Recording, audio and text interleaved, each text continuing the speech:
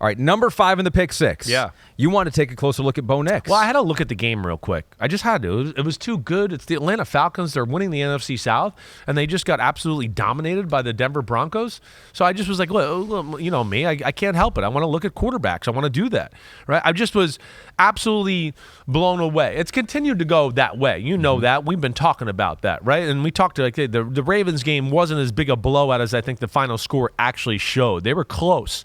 And the biggest thing is we're seeing this guy start to do really high-level stuff. There's a reason his name's starting to get thrown around for Rookie of the Year with Jaden Daniels. He's starting to walk him down a little bit as far as the play as of late. And the big thing to me, Ahmed, is just he's almost like it's just loose and what do I want to almost say cocky right now. I mean, he's slinging it. You saw my notes. It's sidearm. It's confidence in the way he's throwing it.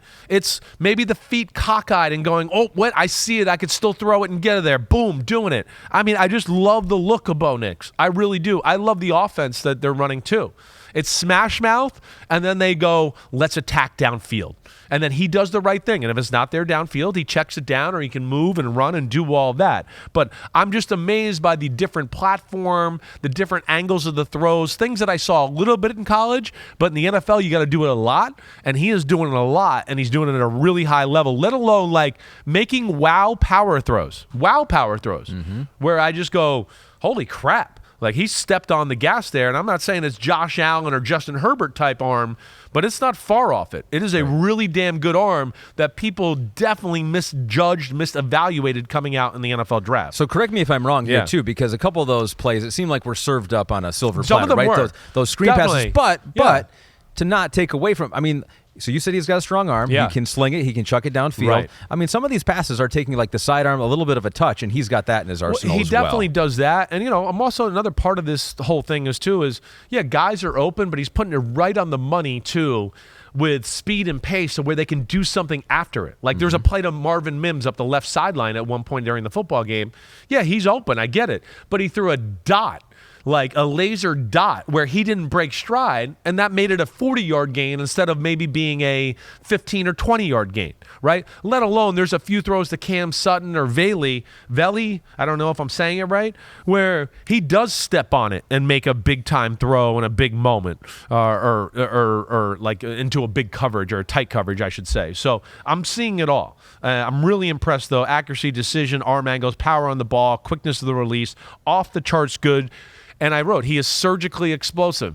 That's what he's got going right now. It's smart, boom, boom, boom, boom. But as soon as he sees an inkling or a crack down the field, he goes, shoo, and he can hit it. And he's been awesome that way. Number 17 is Devon Villay. From Utah. Right. Yep. That's where Marvin Mims, they played him at tailback a little bit and receiver. They kind of using him as a weapon. But when you talk about Villay and Sutton, big receivers, where it's like, hey, they you could throw it to them in a crowd or if they're covered.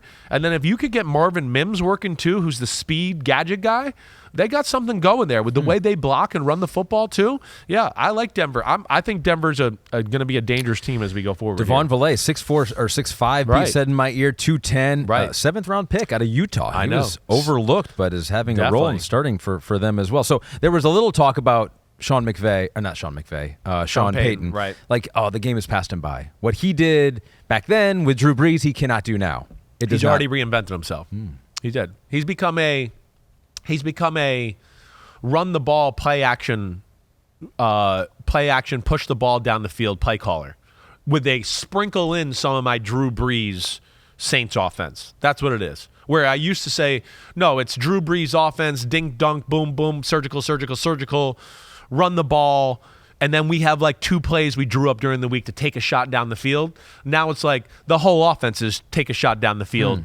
And if you play too deep on us and play too much coverage, then we'll get to some of those dink and dunk Drew Brees offenses, or we'll run the football. And that's where it's different, and I think they're a lot more dangerous on that side of the ball because of that. Broncos at Las Vegas, so the Raiders get to see exactly what quarterback maybe they wanted and was not there for them in the draft. Yo, homies, thanks for watching. Yeah, it's time. The NFL season is here on Chris Simms Unbuttoned. You can hit subscribe to get all the weekly picks, plus our Sunday recaps as the games are happening. Oh, you know it. Nobody does that better than us. Thanks again for watching. Remember to subscribe. Peace out. We'll see you next time on Unbuttoned.